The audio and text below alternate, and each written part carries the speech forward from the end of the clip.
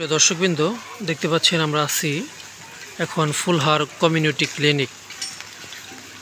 তো community clinic দেখুন যে অল্প কোনো বৃষ্টি আসলেই ঠিক এরকম একটা অবস্থা ঘটে এবং পানিতে পুরো ক্লিনিকটি এরকম তলিয়ে যায়।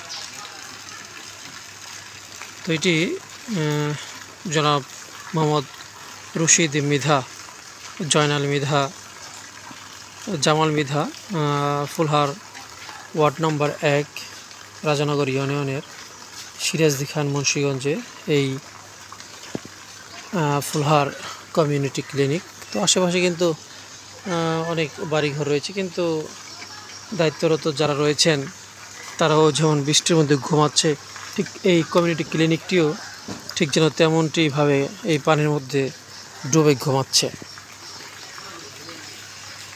যেটি আপনাদের মাঝে একটু তুলে ধরার চেষ্টা করলাম।